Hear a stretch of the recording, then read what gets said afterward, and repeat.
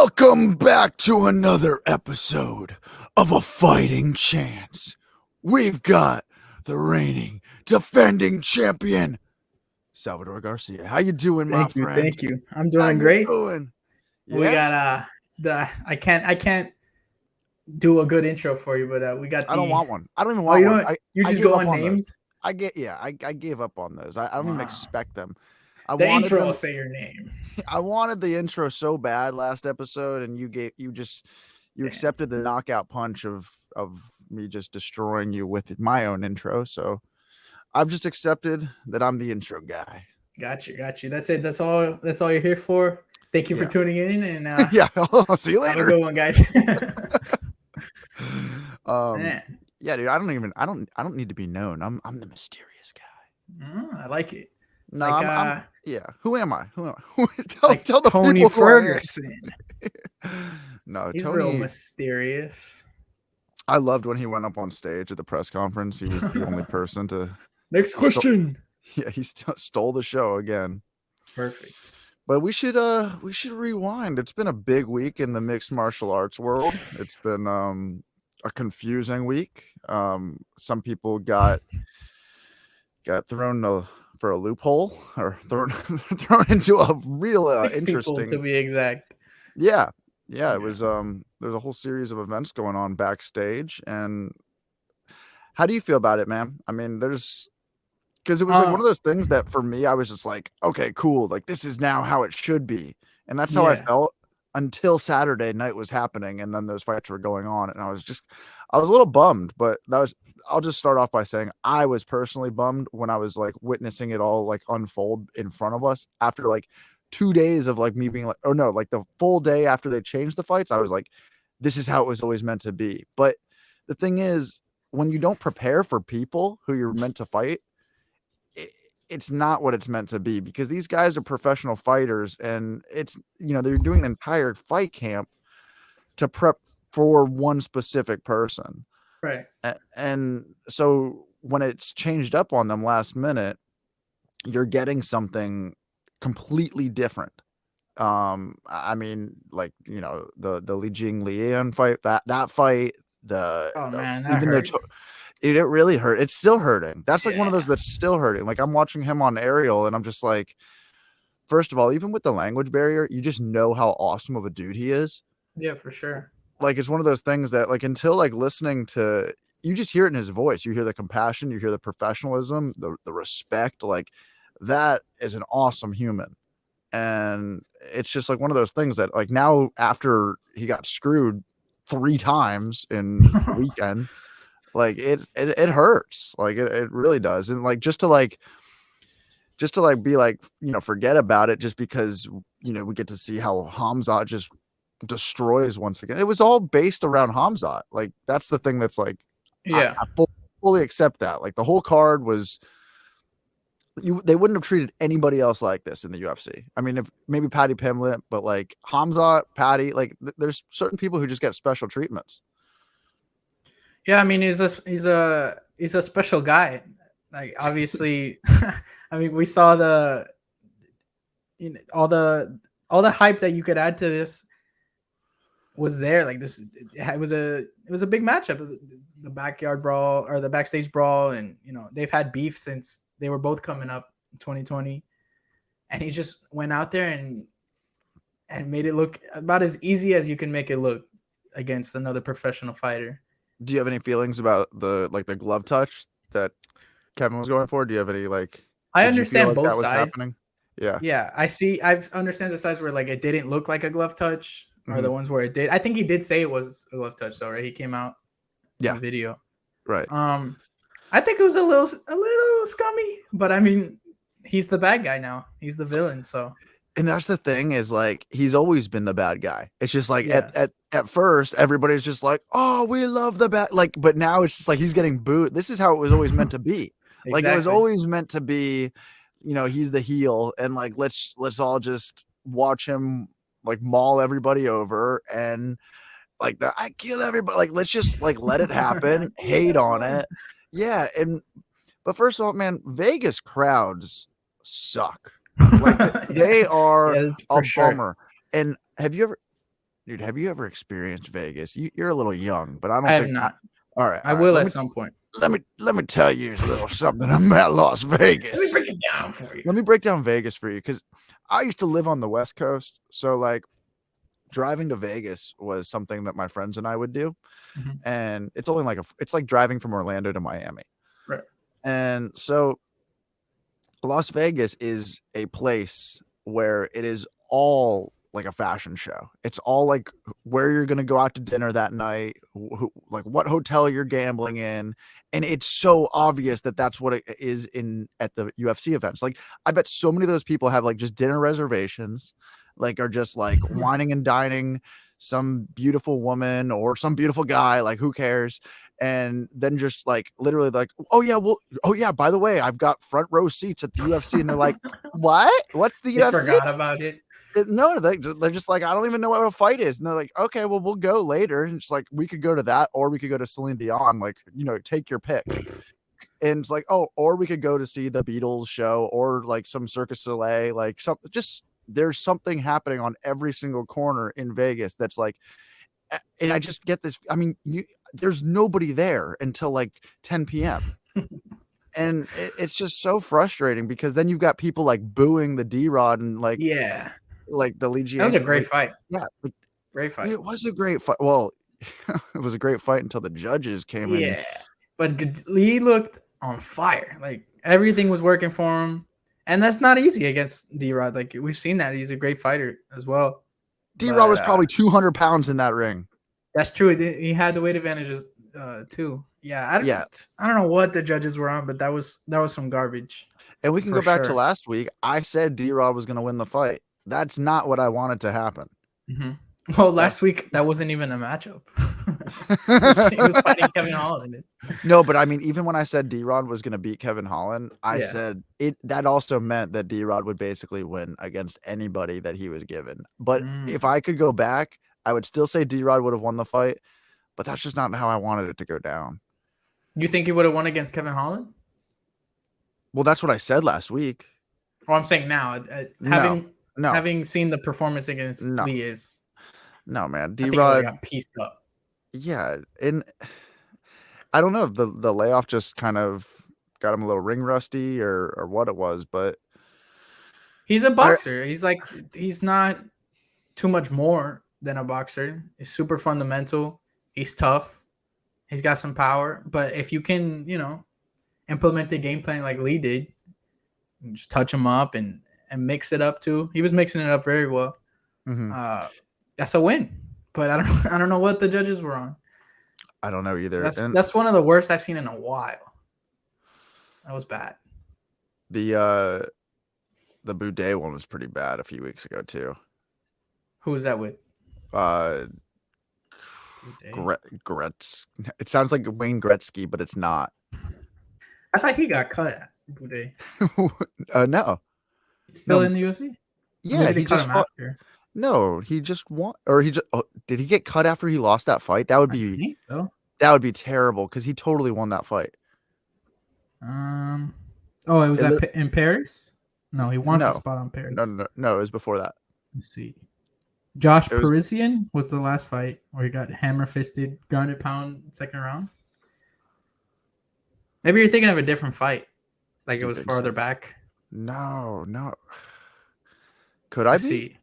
His last 3 fights or last 4 fights, he had Tom Aspinall got TKO'd. No. Then there's a no contest to Rodrigo Nascimento. No. Parker Porter decision, maybe that one. No. This was like a month ago at the most. His latest fight was June, and that was a TKO stoppage that he lost. Who am I thinking of? All right. We're thinking of. No, I really don't know who I'm talking about. I wouldn't know either. Could it be the polar bear? Yes. Oh, what's his name? Romanov and it was Romanov and Tybura, or Sergey Spivak is what you're talking about. Yeah, but the guy he lost to was. His name sounds like I'm telling you, it sounds like Gretzky, but it's not. Gretzky. It really does. We're never gonna get this. Yeah, probably not. Maybe if it pops in later It won't. in your head, I can It's gone. guarantee you. You said it was like a month ago, because I could technically go back in the event. It was a heavyweight fight that was basically a robbery within the last month. Let's see, there was Martin Boudet. Wait, isn't that what I just said? You said Alan Boudet. No, I did. I said and it's Martin. spelled different. Wait, there's no way there's two. Or did you say Martin and I misheard? I and said looked up Martin. Alan? Yeah, I said Martin Boudet. My bad. Wait, so I had this right all along? Oh, I see what you mean. Yeah, he landed 66 strikes. Lukas Brzezinski. Yeah, Gretzky. Ah, look at this, dude. I'm telling you, I'm like the Rain Man of MMA. What a comparison.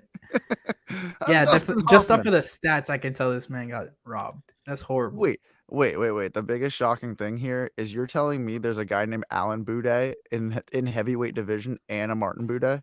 Yeah, they're spelled differently though. See, I don't even know who Alan Boudet is. I would never reference that guy. Or Badeau maybe, but I've heard him say Boudet. No, it's Martin Boudet. It's got to be Alan Baudot. Did you say Scomberdet? What? There's too many names coming at me, bro. Have you ever seen that video, the Scomberdet video? I don't think so. It's a kid from the spelling bee, like back in like the early 2000s, I would say. And he's getting like this award from a news channel for winning the spelling bee, and then they give him a word at the end of it, and the word is Scomberdet. Scomberdet. Yeah, you should look that up. That's a great video. I will look that up. I'm not gonna do it on here because last time I did that. No. That's not the same thing. I would never do that to you again. Yeah.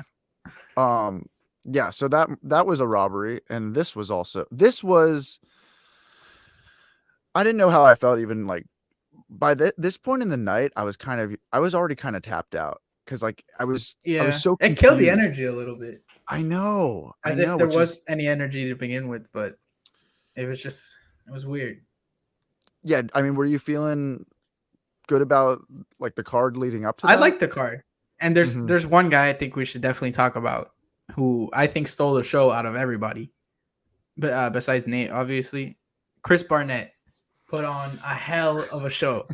That was amazing. Oh my gosh. He in the first that was quick too. That fight started pretty like they were going at it early. And it looked like he was done. And somehow he was out there in the next round throwing spin kicks and like I don't know how he pulled that out. Yeah. With his face like tweaking. He talked about it afterwards. It's he bit a chunk of his cheek out. Oh really? And he was trying to bite it off to like get it because it was annoying him. That's why he kept doing the thing with his mouth. I went wakeboarding that day at Ali's house, and we had a great time. And then it had been like months since Ali and I spent any time together. So then he ended up driving back to our house, and we watched the fights together. And we're sitting there, and we were making dollar bets like between him and I, like on the fights, like when they were coming up. It was so funny. He's like, "All right, I'm taking her." It like right before the Chris Barnett fight, it was Danielle Wolf against Norma Dumont, and so he's like, this girl's a beast, like about Danielle Wolf. And it was so funny because last week I was like the one that, like, who are you taking? I was like, oh, like making wolf noises. Like, and so I'm like sitting there on the couch. Like I'd been like drinking, like wakeboarding all day. And I'm like, oh, the wolf is going to piece her up. The wolf.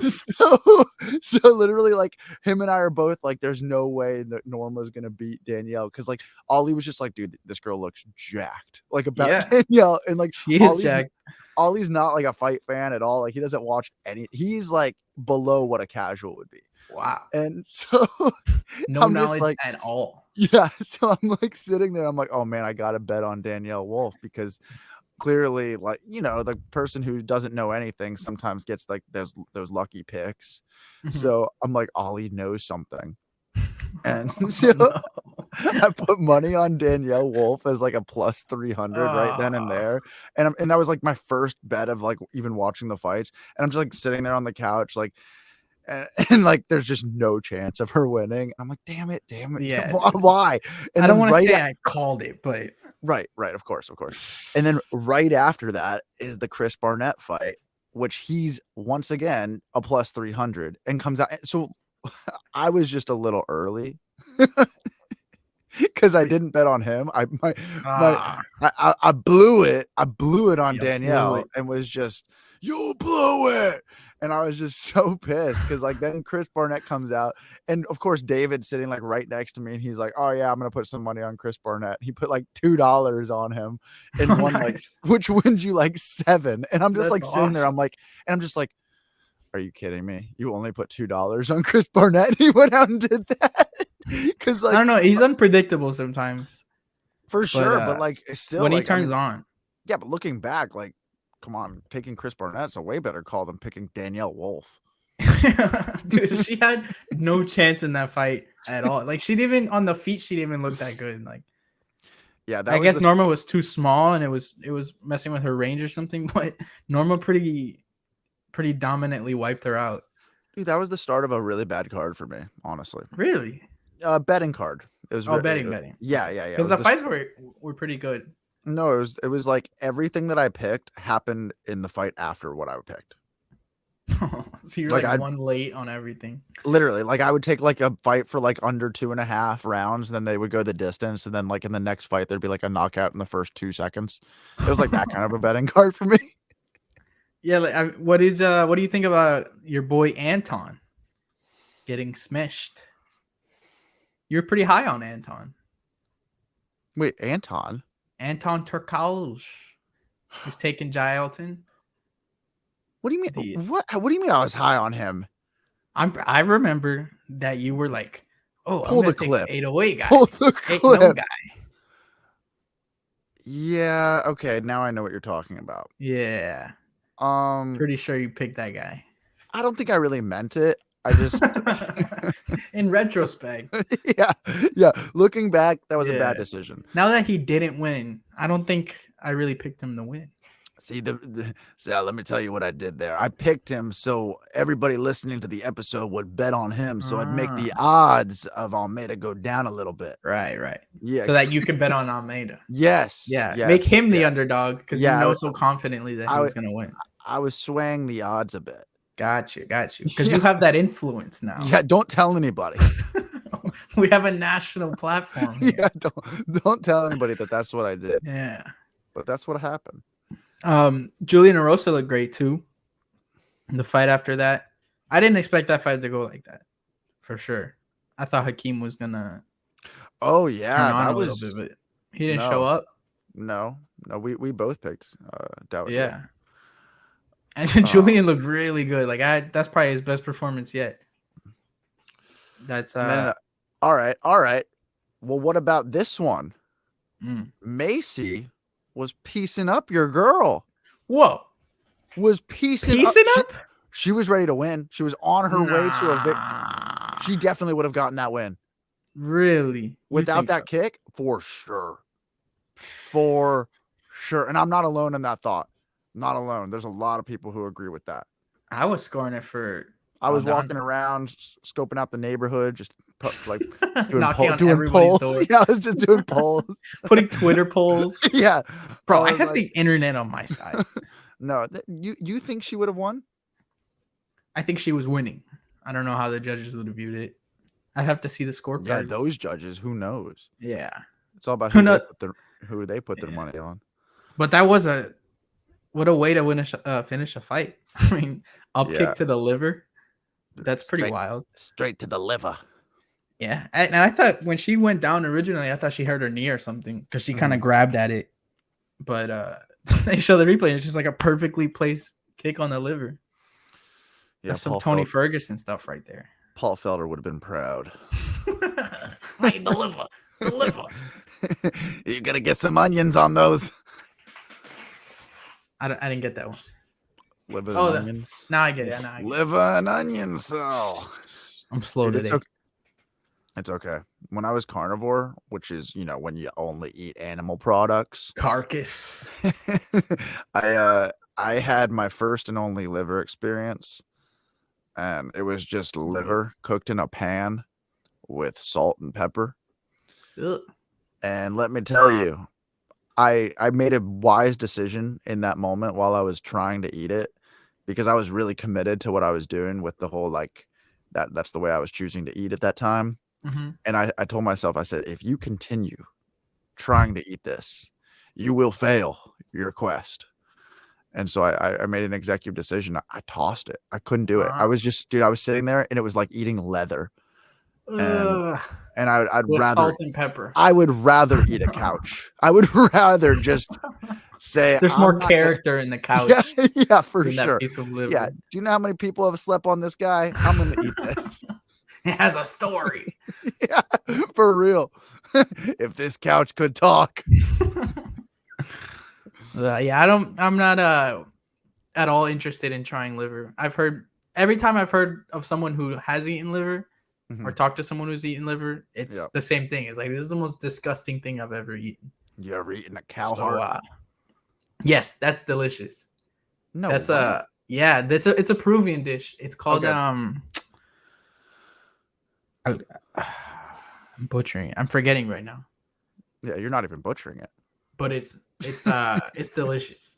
It's very I highly recommend you try it one day. I've eaten it. Oh, you okay? Anticuchos, that's what it's called. I haven't had that. I've had cow heart. Oh, okay. How'd you have it cooked? Just in a pan with salt and pepper. What is it? What are all these? Dude, I'm telling you, this was a whole thing. Like, you couldn't eat a lot of things with it when I was carnivore. It was just like, you can't even season it more than just salt and pepper? No. That's breaking the whole thing. Wow. Yeah. I guess, yeah, because the other stuff, the season, like if you put some garlic powder or something, that's a vegetable. Yeah, there's a lot of carbs and vegetables in garlic. Yeah.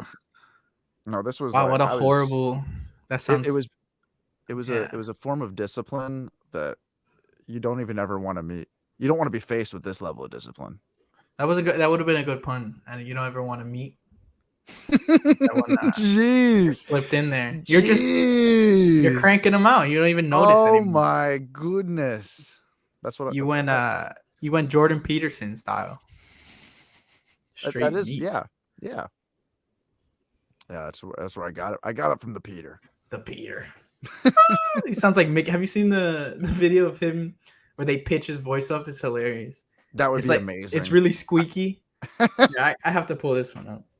It's just like he starts like it's dude. You pull it up and it's just like the worst thing to ever play. We get demonetized immediately. Yeah, cancel them. The right wing. This might. I hope it doesn't come in too loud because. I hope it does. Yeah. Let's see. Where are you off to, son? Well, I'm kind of curious about how do I represent destruction? It's like, isn't that cute? Oh, we better save for tomorrow. He literally sounds like South Park. I took the cookie. This is just him. This is not even the one. I don't think. It's a map. That's just him talking high. No, it's not. Yeah, that's him. They clip every time that he's talking that high up, and they just wait. That's straight real. Him. They didn't change. They didn't pitch shift that. No. Where are you off to, son? Well, I'm kind of curious about how do I represent destruction? It's like that's cute? higher. Oh, that's not how you for tomorrow. They're clips of like longer sentences, and for whatever reason, in that part of the sentence, he's doing like a high pitched, like if you went like that, it just sounds really funny when you're Jordan. Yeah, but if I did that, it would sound like me. He shouldn't do that. No, it sounds like Mickey Mouse. I took the cookie. Yeah, it's wow. Yeah, that's cute. It's something. That's cute. That Jordan Peterson. Yeah. Now I want to hear your opinion on this. Yeah. Should Tony Ferguson retire? Because I've seen both sides of the spectrum. I have my own opinion, but I want to hear what Mr. Hara thinks. I have a for sure answer. Let's go. No. He should not retire. Can you elaborate on that? I can. Would you like to elaborate on that? I gotta find it. I gotta bring it out of you. No. Yeah, like the person who never shuts up is just silent. Like, yes. I do have an opinion. No. Here's you want my opinion? I'll give you an opinion. I think, first of all, I believe that he's an adult. Okay. And we can't think of Tony as this guy who's like, yes, has he lost a few in a row? For sure. Is he has he taken some damage? Yeah. Okay. But he's also like, when I listen to him, I hear somebody who knows what he's saying. Yeah.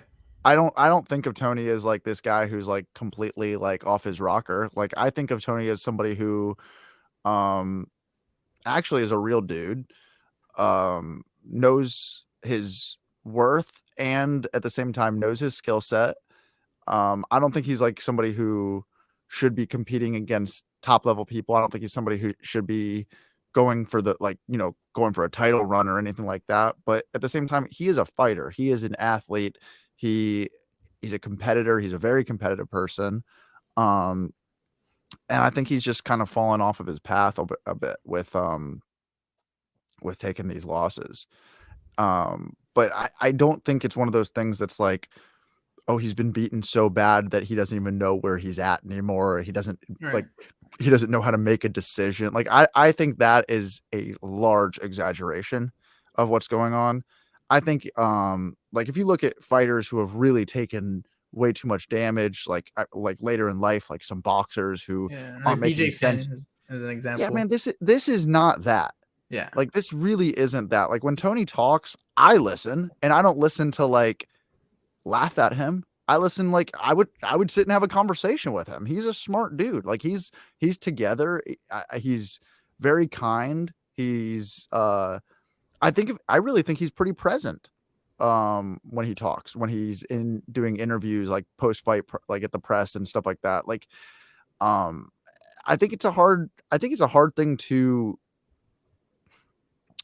judge him based off of these moments and based off of like clips, like to Yeah. think of it like he's first of all, he's been fighting the best in the world. He's actually done a pretty good job even against some of the best in the world. Like Charles didn't break his arm. Yeah. I mean, Justin, like He dropped that Justin. right. He Yeah. almost, he was a couple of sequences away from finishing the fight. Chandler did great. I mean, Yeah. if that fight didn't end the way that it ended, it'd be a completely different story. Right. Yeah, so no, I don't think he should retire. I don't think I'd like to see him at 170 against I mean that's a tough one. Like to just throw out a fighter who I'd like to see him up against right now. I don't know. Like I think if you want to take him back down to 155, I think Tony and Dan Hooker would be an amazing fight. I think that'd be awesome. Two legends, two great people that everybody loves. I think Tony's been kind of like a bright light in the UFC. Like I think he makes people happy. He makes people believe in something, which I think is really important. I truly think he's been thrown like through a very difficult situation of going from this like 12-0 run to like what happened to Tony. And I don't know. It's like this narrative that I'm not totally for, because when he was 12-0, it was a different time. And just to it's against very different people than today also. Yeah. I don't know. I think there was definitely a series of events that took place, whether it was like his injury, like having to take all that time off, surgery, like, I don't know, not getting the Habib fight when it should have happened. There was like a trajectory that changed like his course, and in like a different life, it would have been a different story for him. But I don't think that means he's done. Like, I don't think but do I think that he's going to like make it to a title run? No, I don't think that either. Yeah. But I do think he gives the crowd hope. I think he gives he puts on good fights. I think that if he didn't get submitted and go for that takedown, he could have won that fight on Saturday against Nate. Yeah, I agree with a lot of what you're saying on just him as a person. Mhm. I think this is the most grounded, most at peace version of Tony Ferguson we've seen. Yeah. He's very maybe content is not the right word, but he just seems like he's happy with where he's at right now, Right. and he's fallen in love with the sport. So I wouldn't say I want to see him retire, or he should retire, or I don't want to see him retire.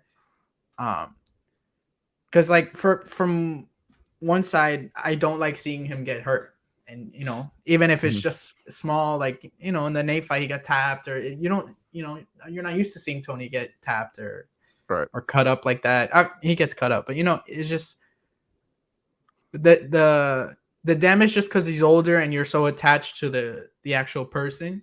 Mhm. Obviously it hurts a little, but then there's a side where like put him in fights with Robbie Lawler or like Dan Hooker, like you're saying. There's Mhm. fun matchups out there for him, so he can still entertain and get to do what he loves, and it's kind of like a win-win. But yeah, I don't know. I'd like him to stay around a little longer, just not in those high level matchups like you said.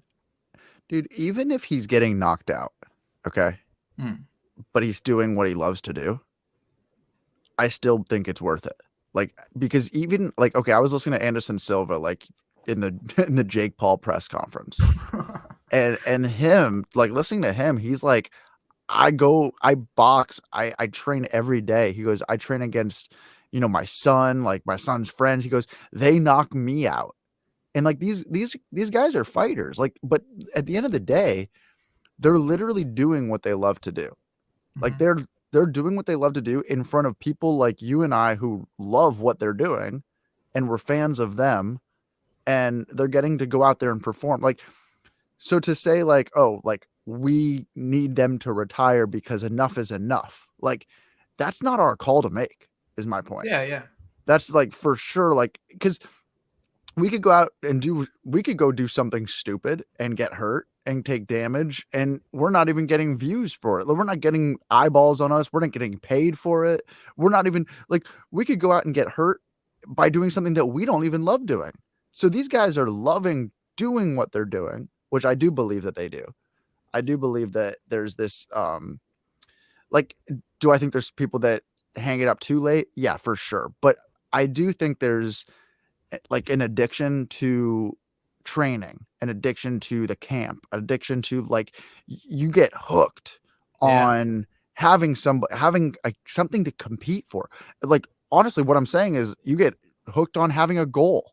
And that's really what like a fight camp is, having a goal and having this thing to keep being the best version of yourself. Because a lot of these people, I mean, not a lot of these people, a lot of people in general, without a goal, like an attainable short-term goal, which fight camps are those, you get lost. You get really lost in life without like having this thing that's like, okay, on December 14th, I'm doing this. And without that, you can be like just wandering. So if the worst thing that's going to happen to you is you end up getting knocked out or submitted while doing something that you love doing in front of people who genuinely like are appreciative of you doing that and are grateful that you're out there competing and care about you, because we care about Tony. Like, you're like, what you're saying is, I don't want it to, but you care about him in the sense of like, you want him to be doing what he's doing because you want him to want to, like, you're like, this is the most present version of Tony that I've seen. Like, and I agree with you. So like, let the man keep having his goals and working towards them. I mean, because what I see is like this Tony that's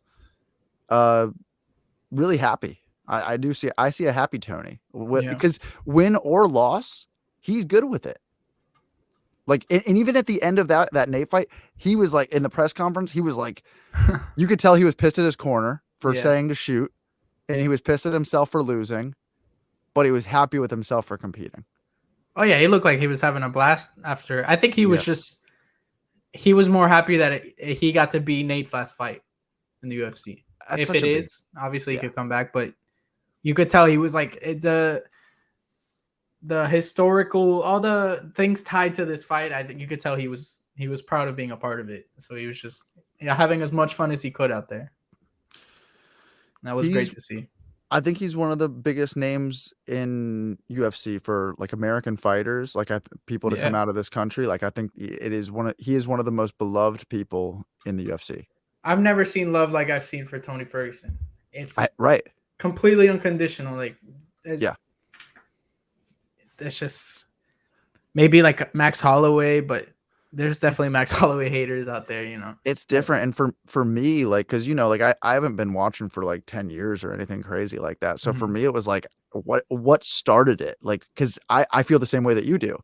And what started it for me was just like, honestly, him at a press conference, like him at a Gaethje press conference, one of the first press conferences, I think, I don't even remember which one, but just that level of, I don't care. Like that level of like, just not trying to sell anything, just being a real person up there is what we connect with. Honestly, like it's he's Tony. He's Tony. There's only one Tony Ferguson. Yeah. So Only no, one. I don't think he should retire until he says he's done. Because I really do believe that he's all there. I don't fall into the thing of like, oh, he's taken too much damage or anything like that. There's a lot of people who have taken way more damage than he's taken. Because I mean, I don't know, man. I haven't been brutally knocked out like a head kick from Michael Chandler. I have not had that experience. But when I hear them talk about it, it's like, oh, it's like taking like a big nap, like, and you come back. I mean, I don't know. I got to take their word for it because they're the ones who have gone through it. Yeah, it's more of like he has a family, and that there's long-term effects to that kind of stuff. So but like for me, it's long-term effects of him not doing what he should be doing also. Obviously, yeah. I mean more just on the physical side. Like you take all that out and just look at it very like, this is very damaging. He's taken a lot of damage already.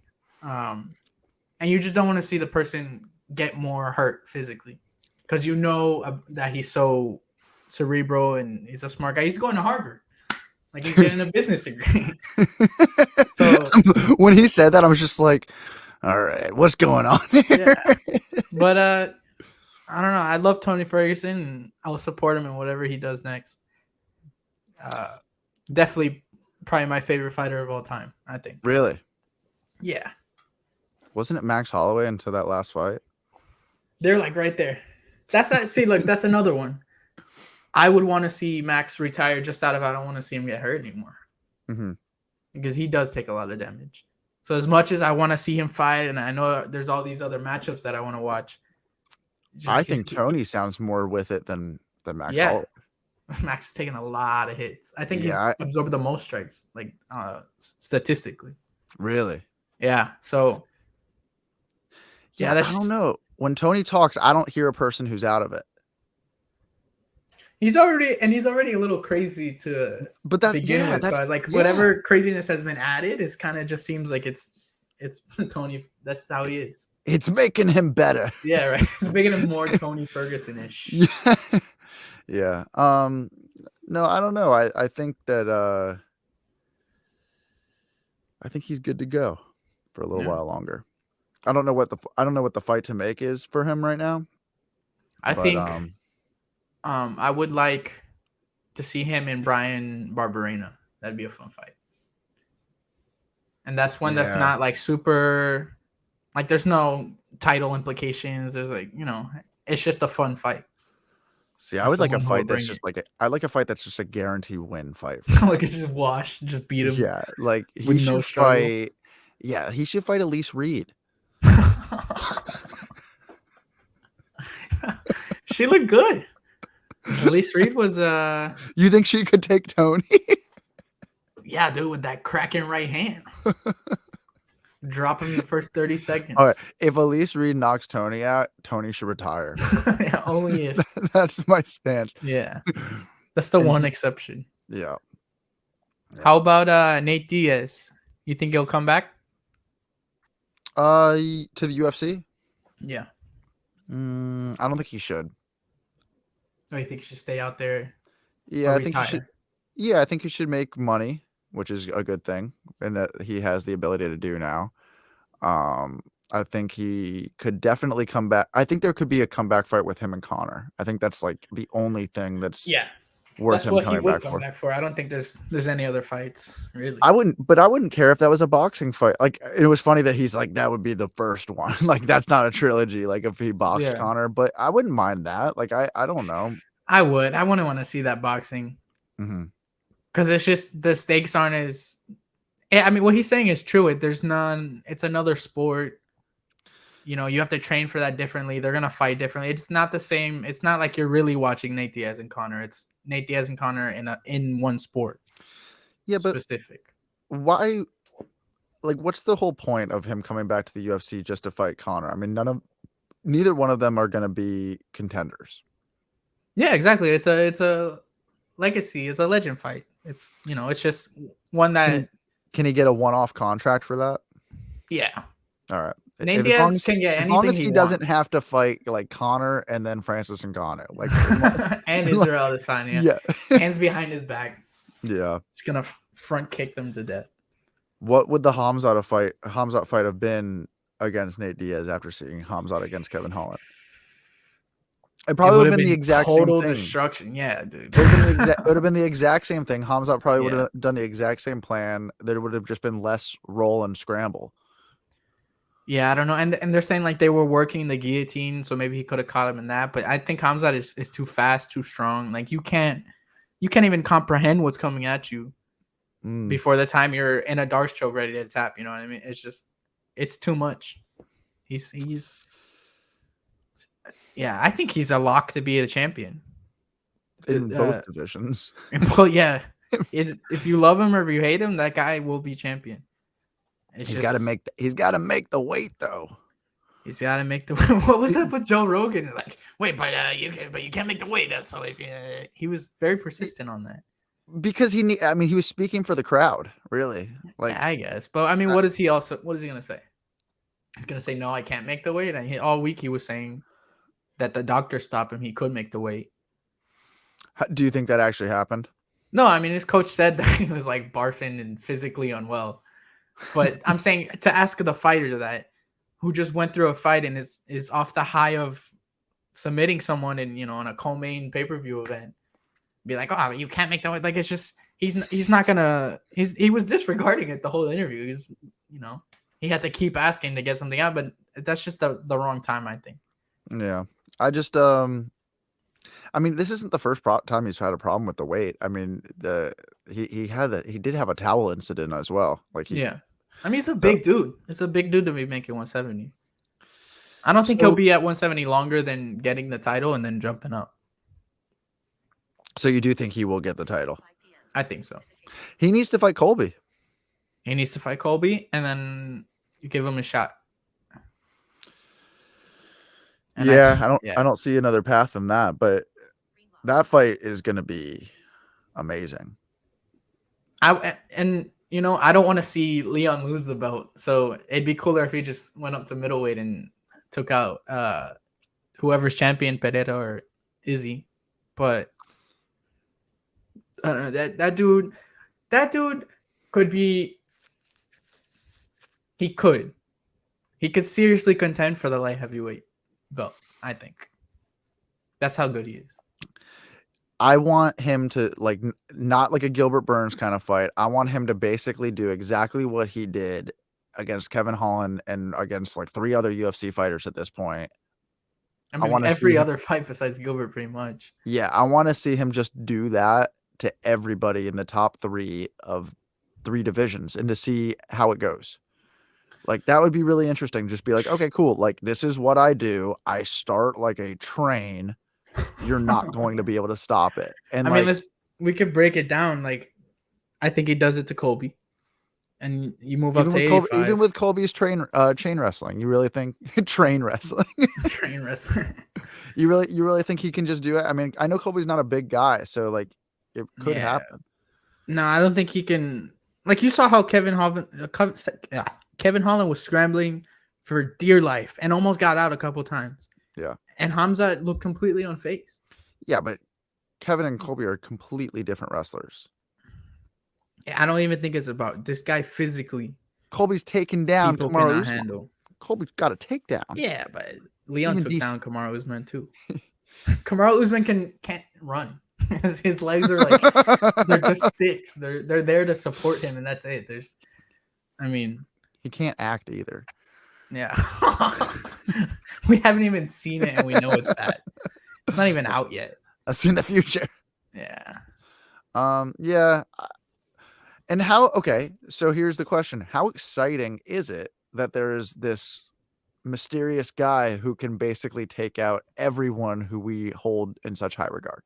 It's very exciting because who's the one that's going to take him out? There's got to be somebody. There has to be somebody because Gilbert was close. Okay, but I think a few of those guys could get, and I don't want to call it lucky, but like I think a few of those guys could catch him. Yeah, it could be next fight. Who knows? Maybe Colby will catch him. I'm just saying, based off of what we've seen so far, nothing is suggesting otherwise that he's not going to go in there and just. Maybe Shavkat's the guy. Ooh. Maybe he's the guy. Shavkat. Maybe he's the guy. That dude's scary too. Yeah. I mean, maybe he is the guy. You know, given that he just did all of this and kind of derailed the event, I wouldn't mind seeing that next. Maybe Bo Nickel's the guy. Bo Nickel, he's fighting tonight, I think, right? Yeah, but maybe he's the guy. Maybe there is that guy right now that looks at him and goes, "That is an easy fight for me." Yeah, I do. I mean, maybe some of the bigger guys, like I wouldn't. Costa fight would be interesting. No, that's not the guy. Yes, it would. Yes, that's not the guy. I'm not saying he's the guy. I'm saying he would be interesting because he's just physically a tank. Which is, I'm down for that fight. Like right now, I'm very down. They could make that one next as well. Yeah. Just not even mess around with the 70s stuff. Because you don't want to take that chance again that he messes up a card and then. I think this was a one-time. You don't do this multiple times. Yeah, there's only so many times you can screw everybody over. Yeah, and they just happen to have like some real G's that are willing to fight anybody lined up. This was if they didn't have this lineup of guys, it definitely could have been like, I don't want to take that fight. That's not optimal for my career at the moment. Like they got lucky here, but you can't pull that more than once. Even once is too much. Like that shouldn't have happened for sure. I don't know why the camp didn't pull it earlier, or it's so weird. All of it was very weird. I don't need any more weirdness in UFC cards. It's already weird enough. We're watching people hit each other.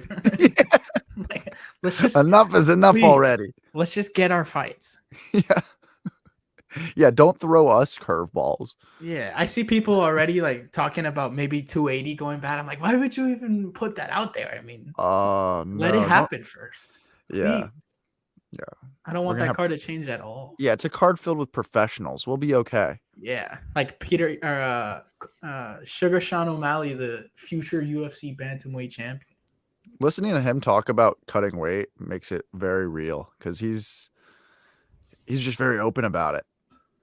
Sean O'Malley? Yes, he's very open about talking about just the feeling of cutting weight.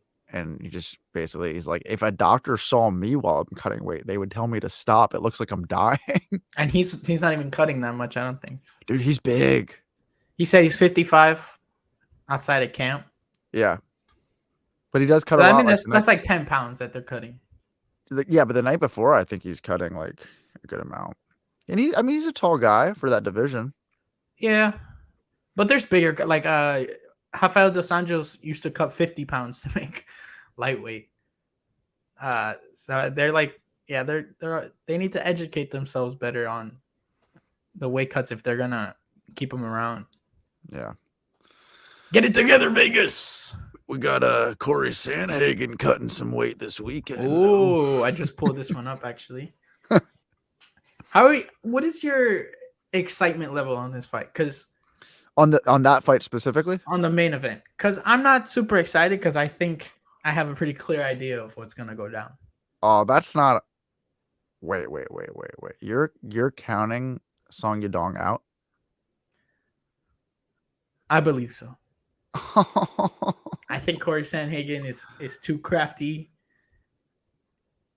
Yeah, after seeing that fight, obviously he got pretty beaten up by Peter Yan, but he was in there. He was going First hand of in all, hand.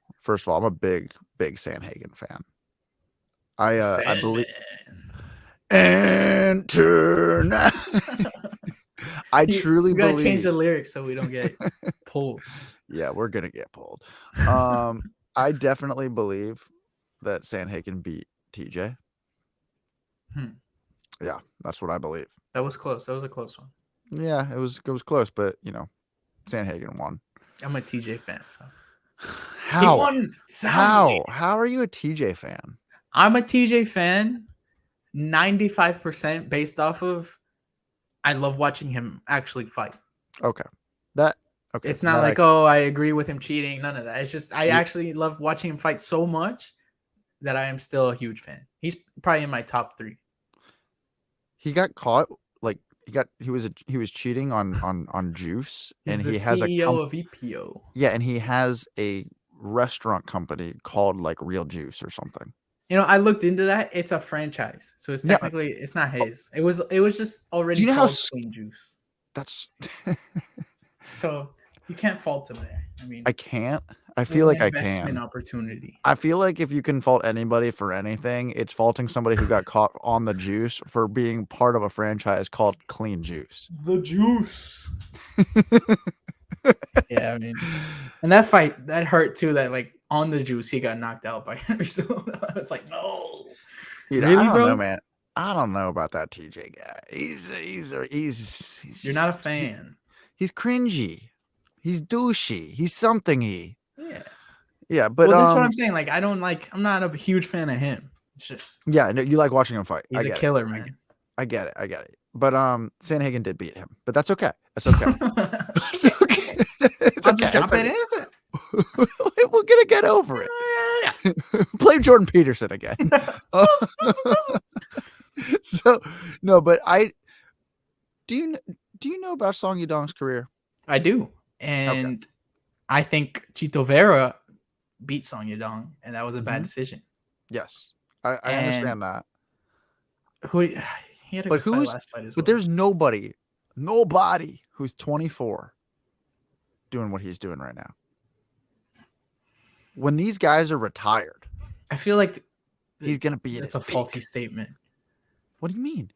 I feel like I've definitely seen other 24-year-olds or younger who have done a lot. Right now? Maybe I'm going insane. You're going insane. Everybody's like, all these fighters are like 30, like that are champions. Like he is 24 going up against Corey Sandhagen. Yeah, he's a great fighter. I just, in this matchup, I don't see it going his way. I think he's the best fighter out of China right now.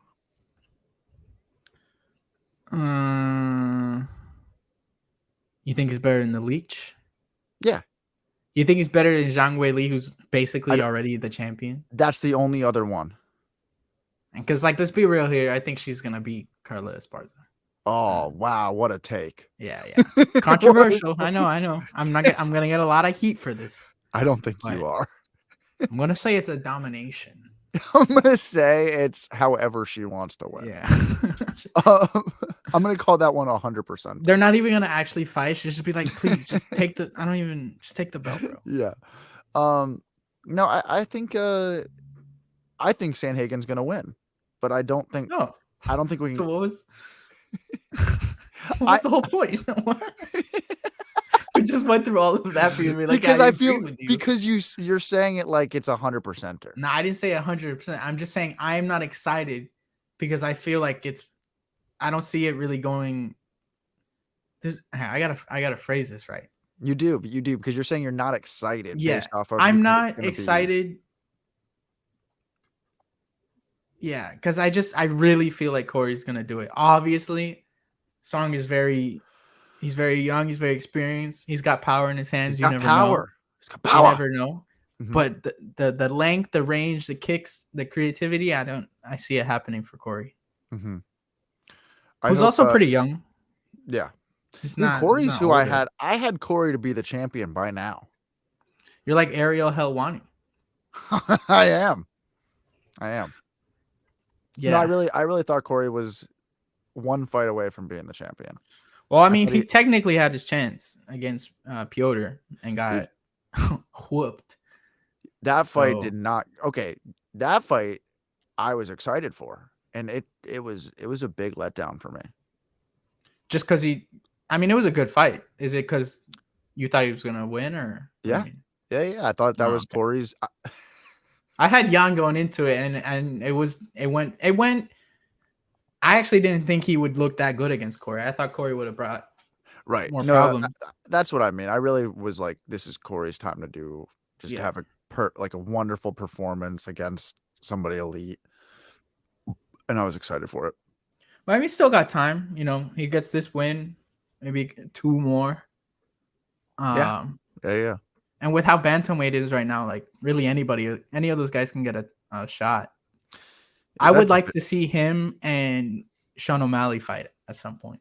It's a great fight to happen. That's But a I very really, fun fight. I think the division, it's so funny because for a year, everybody was just like Sterling. Like everybody disliked Sterling so much.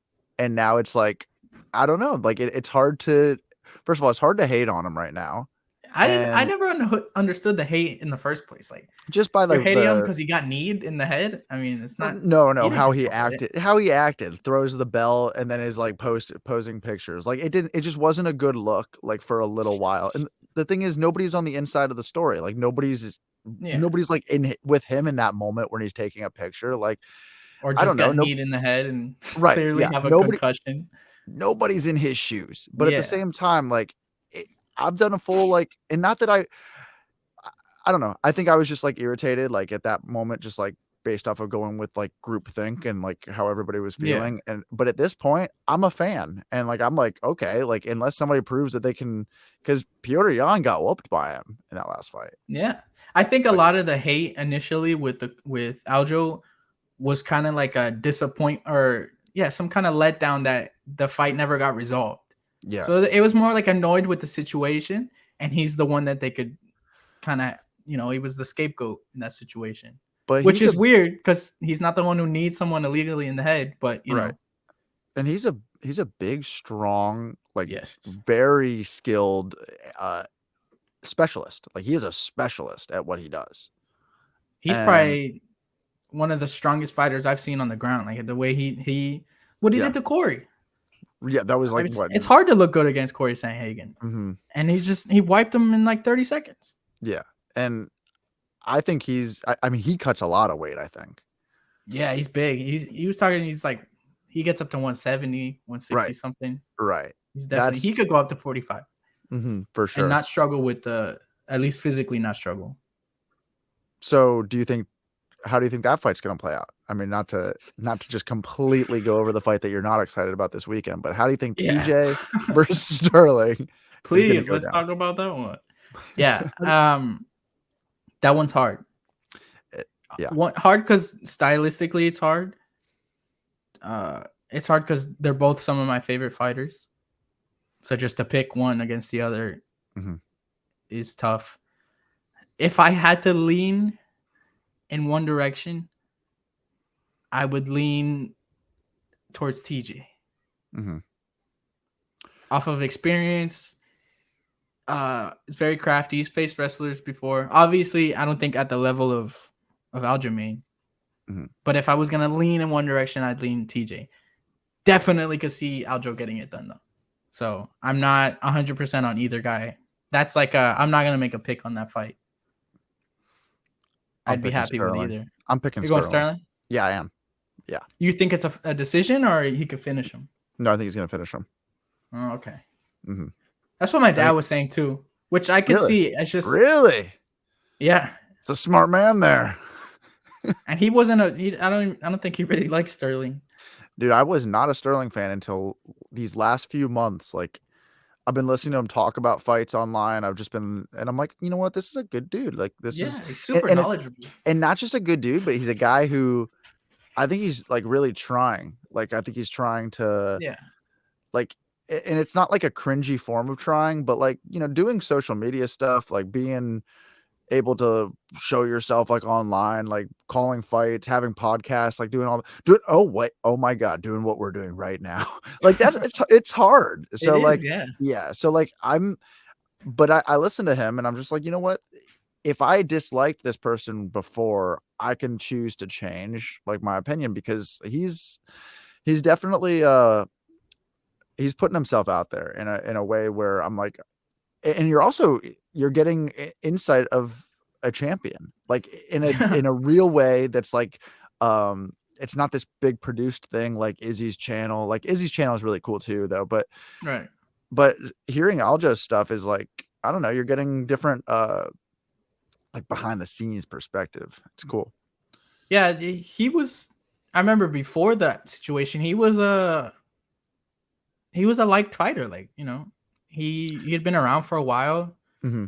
There was nobody like hating on Aljo. It was really just that situation kind of threw a wrench in the whole and his popularity, I guess. But yeah, I've been high on Aljo for a while, so it's cool to see that that's over with, the whole Jan situation, and like you said, he's doing the channel, and it's high level stuff that he's putting out. So it's great to see. I honestly, for me, it's like, okay, let's just get these fights over with so Cheeto Vera can get his title shot. Yeah, that's where I've been for a few fights now. I'm like, he's the champion. Like he's who I want to be the champion. I think that regardless if Sean O'Malley beats Peter Yan or loses, I think that's the next fight for him. No, really? You think they're going to do that again? I think so. I don't think I wouldn't care enough to see that in a title fight. I would like to see him just kind of like, end it now. But what do you mean though? It already happened and it ended. Yeah, but Sean talks, he's like, oh, I'm undefeated and all that stuff. And a lot of people doubt the win too. So I want to see them really fight, no injuries. Okay. Clear the air. And then I think Cheeto wins that fight, and that's one more win that, give him a shot. Yeah. Because it is kind of tied up right now with the TJ thing. Like, Aljo doesn't turn around too quickly. So it's funny how it became the most exciting division. Yeah, it's super exciting. And you still got guys like Yanez and all that who are low in the rankings. Right. Yeah. Coming up. I'm coming up. Yeah. Yeah, good. That's a great division. You want to get into the rest of these fights this weekend? Let's just go through the whole card because do it. I think it's a really good card. I think so too. I was looking at it and it goes pretty deep actually. Yeah.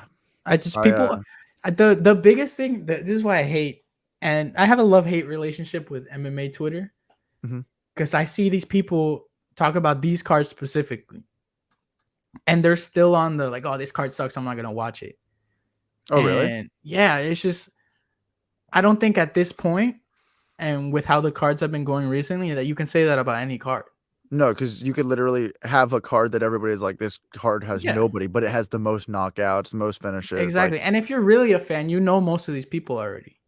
Definitely with this card, when I checked it out, was like, oh, wait, they're fighting. Oh, wait, they're fighting. Like Trevin Giles is on this card. Yeah, a lot of these fighters have fought on pay-per-views. Yeah, so I think they're kind of like you were saying about the hive mind earlier with Aljo. It's kind of that. They're just saying like, oh, the people don't like this card, and I don't see a really big name on this card. I'm not gonna watch it. Yeah, come on. That being said, they're dismissing they're dismissing Tanner Bozier. Yeah, Tanner Bozier. Tanner Bozier fought Tom Aspinall. I mean, let's go first fight. Cameron Van Camp, Nicholas Mata. I'm going Van Camp. Really? I am. He just fought. He fought Fialho. Isn't Fialho fighting on this card? No, I don't think so. Somebody close to that is. Wow, he fought Fialho at, was it 7? Okay, 70. I thought he was 85. I was like, whoa, because this is at 55. Mm-hmm. I'm gonna go Nicholas Mata. I'll text you as soon as that fight's over. Saying, pay up, pay up. Because I feel like I've seen Nicholas fight before, and I think he fought Jim Miller in his debut. Mm-hmm. He got knocked out. Yeah. Yeah. Okay, I'm taking Cameron Van Cop. I remember this differently than I was thinking. There was somebody who fought. I think it was like Frankie Edgar or something like that in their debut. That they were super young, and then they ended up pretty good. But it's not this guy. He got knocked out. All right, who's next? Tony Gravely, which this one surprised me that he's this low on the card. I thought he would have been main card. And Javid Basharat. I'm going Javid. Really? Yeah. Well, I'm gonna have to go Tony Gravely on this one. that's good. I like Javid, but I like Tony Gravely in this one. Well, that'll be two for me. No, you changed yours on your first one. It's okay. It's okay. That's true. Yeah. And I don't know. I was almost not willing to accept your change, but it's okay. It was too late. Yeah, you're locked in. Watch Nicholas Mona go out there and like flatline him in 30 seconds. You hit confirm on your bet slip. Yeah. Maria Agapova and Jillian Robertson. Oh, that's a no-brainer. No-brainer? What? You know. I'm going Robertson. Oh, the grappler. Yeah, I'm going with the little grapple. Who you going? Who you thinking? I remember Agapova having a lot of hype at one point. Yes. Because I think she had to fight with the Shayna Dobson fight is the one that kind of derailed it, I think. But there was a win that she got that she had a lot of hype. Oh, she had no wins. She was a contender series. That's what it was. And there was a lot of hype, but now it's like 3 straight losses or 2. This could be her win. Maybe. I'm going with Maria on this one. All right. I think so. And she's from Kazakhstan. Like Borat. That's actually a good place to be from if you're gonna, dance in the octagon. Let's see, Trey Ogden and Daniel Zellhuber.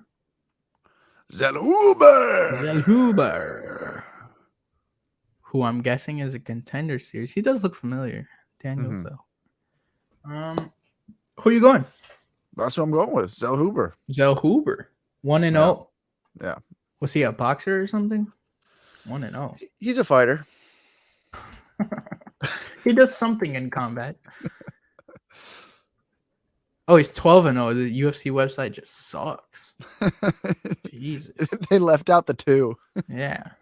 Okay. Wow, this guy's legit then. He beat Lucas Almeida. Yeah. Who looked pretty great his last fight out. Okay, I'm going with this guy. Golden Boy. Daniel Zellhuber. Denise Gomes, who just came off a contender series. I didn't like that fight. But she's fighting Loma Lukbunmi. I'm going Loma. Yeah, she's got that Muay Thai. I'm going Loma as well. She fights out of Thailand, doesn't she? Yeah. Yeah.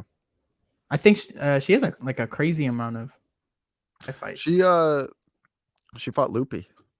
Loopy, that's what it was. Yeah. Man, Loopy got that last fight, right? What the hell? Derailed. I wasn't expecting that. Loopy looked like I think the only one who was expecting it was Angela Hill. Yeah, that's on us for doubting Angela Hill. I know. She was tough. Yep. Aspen Ladd, Sarah McMahon. Oh, a lot of women on this card. Yeah. I'm going Aspen. Oh, we got ourselves a fight here.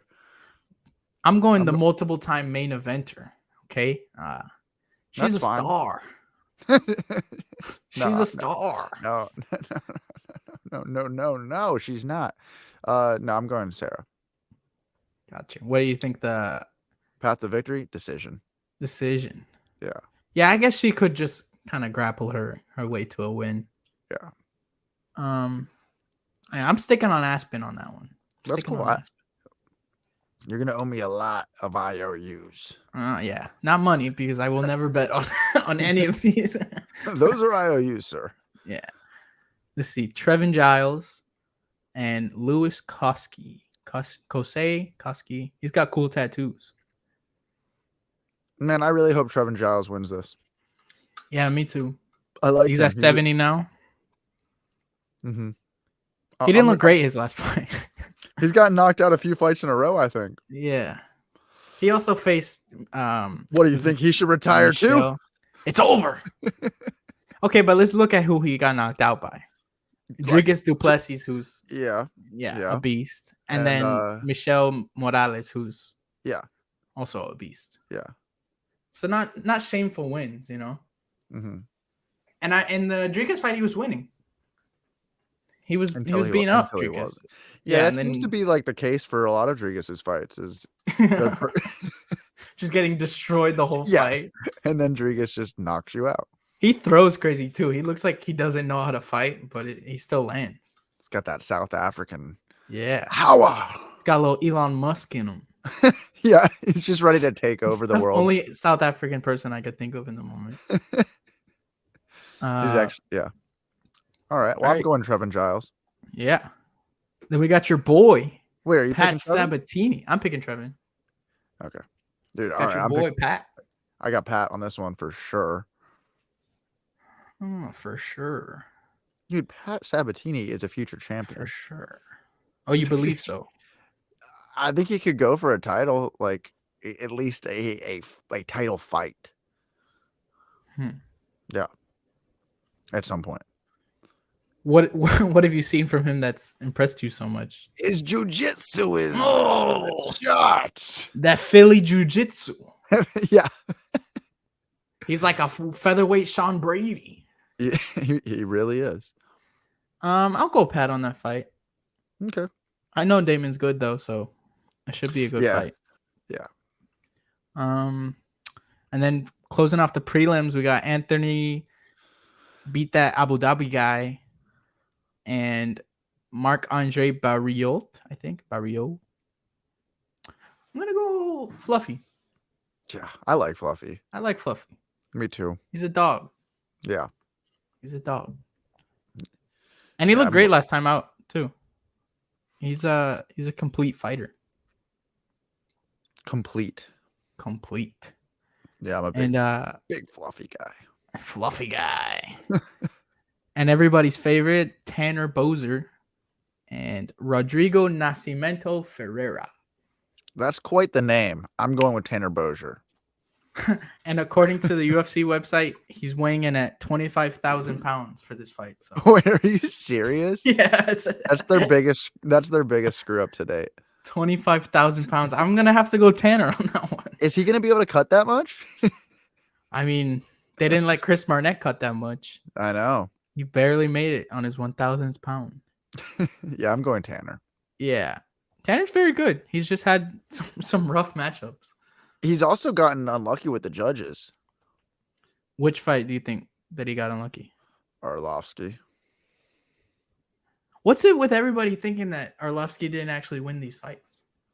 I'm talking about one fight. I'm not. What do you mean all of these? I'm literally talking about one. There's this one with Tanner. There's the Collier one. All right. There's two right there. There's two. And I could probably find more. Well, there's two that you're right about. That you don't think he won. Correct. I'm not saying it with like him against Vandera. Okay, like the Felipe one. I think people were arguing against that one too. No, they weren't. Or am I just making something up there? I'm just making something up there. I wasn't arguing about that, but I see the argument about Jacob Collier and Tanner Boser. I didn't even know that Arlovsky's on a 4-fight win streak right now. Wow. Title fight. Give him a title fight. That's crazy. He's what, 40, 44, 43? Put him up against Cyril Gahn. Cyril Gahn would murder Andrei Arlovsky. Just if you didn't know that, I had to let you know.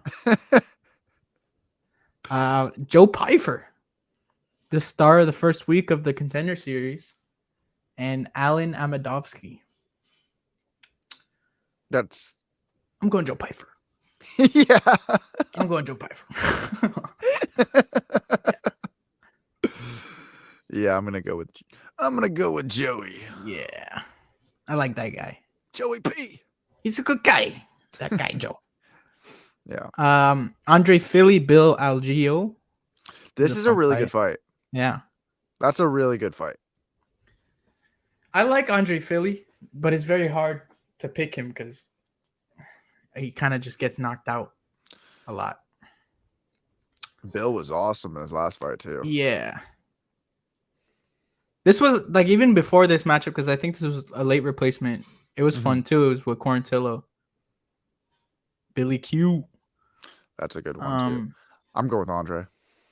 Oh, you're going with Andre. Yeah. I was like, I thought you were going with Bill. No, I like to just throw you off. Okay. Yeah. I'm going with Bill on that one. Okay. I do like Andre Philly though. Yeah. And then this is actually the fight I'm most excited for. This is an amazing fight. What you're about to say. Chitty Bang Bang. Yeah. And Barack Obama are throwing leather. What? Gregory Rodriguez looks exactly like Barack Obama. Does he really? Identical. It's hilarious. That's RoboCop. It's RoboCop, but it's hard not to look at him and be like, that was one of our presidents. Interesting. Yeah. Interesting. Maybe he was Barack's double. His body double. Yeah, we all know about it. Yeah. Who you got? That's a tough one, man. But for me, I'm going Chidi and Cucuy. Yeah, I like that too. I'm going Chitty Bang Bang. Yeah. I think he's got all the momentum in the world on his side right now. Not that RoboCop doesn't, because that last one was great. With all Marquez. of his fights have been amazing. Like he is, and he's older too. I don't think he's like he's older doing all this stuff. Is he? It's cool to see. How old is he? Maybe not like super old, but he's 23 years old. He's only 30. I could have sworn he was way older than that. Damn, that's a rough 30. You were actually just thinking about Barack Obama's age. Yeah. Yeah, I'm going Chitty Bang Bang. Chitty Bang Bang. Chitty's older actually. I know that for a fact. Chitty's like 34. Really?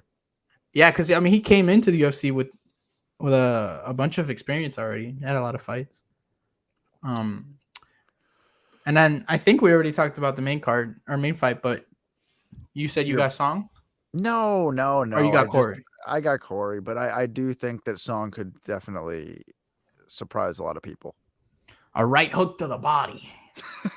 Yeah. Drop him with them body shots. Yeah, I'm going Corey. I'm excited for Corey's comeback fight, and I'm excited to see what he does with a beautiful performance. For sure. This could be one where he shines pretty brightly. As he's done before. Yeah. So last week we brought out a new segment. Yeah, I was excited to do this again, and I want you to go. I want you to go first with the fantasy fight of the week. Before you introduce it, I queued us up some epic intro music for this segment. Yeah, for this segment. Let's bring it in. Oh boy.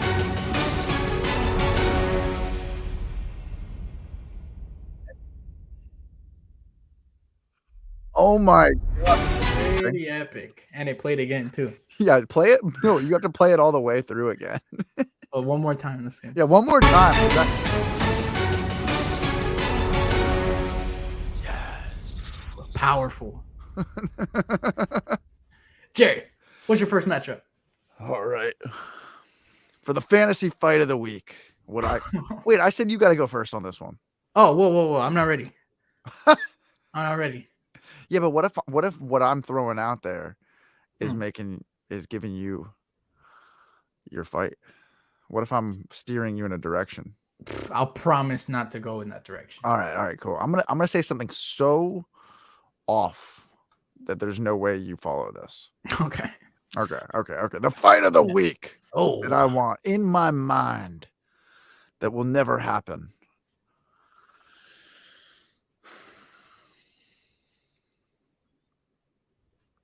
I'm going to go with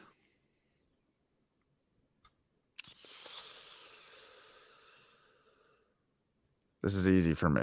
Huh. I'm just building it up. Right, I've already got it in my back Suspense. pocket. I've already got it in my back pocket. Yeah. Let me see if I can pull in some suspenseful music. Yes, please. Yes, please. Thank you. Thank you. This is super suspenseful. All right. I'm going with for the fantasy fight of the week by yours truly. Krispy Kreme donuts versus Dunkin' Donuts. Wow. Wow. Put them in the octagon. Make that. What? Sign the contract. Sign it right now. What a matchup. Jesus. You threw me for a curveball there. That's what I do. That's Really what I wasn't do. expecting that. Yeah, neither was I. You didn't have it loaded up. No, not at all. Did the music help a little? Yeah, it really did. Yeah. It made me want a donut. Oh yeah. Yeah. So that's Who what you I got? got. Oh, who do I have in the match? Yeah. I think there's a clear winner there. Krispy Kreme's gonna fucking do whatever they want. Yeah. Yeah. You kind of literally whatever they want to do. you Krispy kind of Kreme. never gave Dunkin' Donuts a chance. I mean, Yeah, it is on. All right, just- who you got? well, I got let's cue up the music. It's first. some music going. Yeah. This one is not really well thought out. And it's just two things that are technically the same. Yeah. But my fantasy matchup Mhm. is Michael Mouse and Remy the Rat from Ratatouille. Michael, Book it. Michael the Mouse. Michael Mouse. Not Mickey, because when he fights, he's Michael. And we could get demonetized. I love just the stamp of it is book it. Book it. It's like I thought it was just a ridiculous thing to say, but once you said book Make it I was happen. like I want to see this fight. We got to start animating these. It's got donuts just fighting each other and rats and mice. fighting. Beautiful. It's my life's work. You know what's interesting is with your choice, I was thinking some form of like animal matchup. Yeah, that's I like the the easiest route. I like what you went with. Yeah. I was thinking like a little, cat dog. Mm, Mhm. interesting. That's a little Yeah. too basic. I had to tie some name value to it, No. Mine had name value. Don't you remember the TV show Cat Dog? Oh, where he was like tied together with him? Yeah. I was thinking just Oh, they them. fight each other? They fight each other. Whoa. Blows your Interesting. mind. Or what about like well, I'll save it for next week. We can't start Yeah, exposing matchups yeah. here. Yeah. But who you got? Michael the Mouse or Remy the Rat? Michael's gonna take this one. You think? Yeah, what do you think? I think Remy, he's a sewer rat. He's got guts, Mickey's been sitting pretty, eating hot dogs and Dude, I don't know, bro. I've never seen Ratatouille. No, really? It's Yeah, a great film. I know about it. Everybody who talks about it is like, it's a great film. But you got to go with what you know, and I know Michael. Michael. What do you think? Flying knee TKO?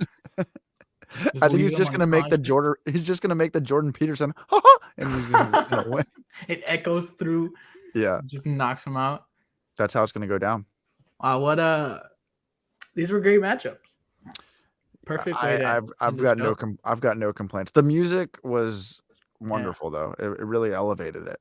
It's a nice touch, huh?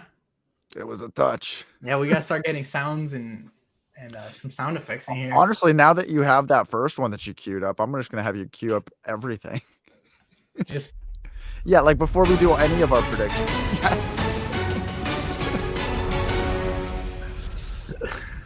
it's perfect. Breaking news. We This don't even have episode is- anything to break. This episode is almost over. Yeah. Breaking news. Jared is talking. Breaking news. Yeah, man. I like the little cues. Yeah. We're getting fancy now, We're moving on up in the podcast world. Well, I think that pretty much sums her up. Yeah. Another one in the books. Another one in the books. Episode You watch- 5. Are you watching We the hit the Contender big 5. Series? You watching? I the definitely, Contenders? yes. It starts in a little bit. Yeah. You got any predictions for this one? No, I don't know anyone on the card. I think if Bo's fighting, which I think he is, Yeah. I'll pick Bo Nichols. I bet Bo's actually going to beat up everybody on the card. Right? He just fights everybody to get his contract. He's just waiting. That's how much out there. Dana doesn't want to give him a contract. Yeah. We'll see if he's got anything special. Watch him. He'll beat the guy in like 10 seconds and he'll be like, oh, we'll give him one more development. Yeah. fight." He'll get the Contender Series next year. Yeah. We're going to send him to the PFL. Just, let him develop a little more and we'll bring him in later. If he can win that $1 million, we'll give him a shot. If he could be Kayla Harrison. Yeah. Give him Elise Her out Reed. for us. Yeah, man. Well, We'll have a we great. gotta go watch some fights. Yeah, man. Enjoy your fighting. Enjoy your watching. Thank you. And Thank you. I will chat with you very soon. Yeah, it's always a pleasure, my man. You as well. Thank you guys for watching A Fighting Chance. Chance. Oh man, I'm late on the outro.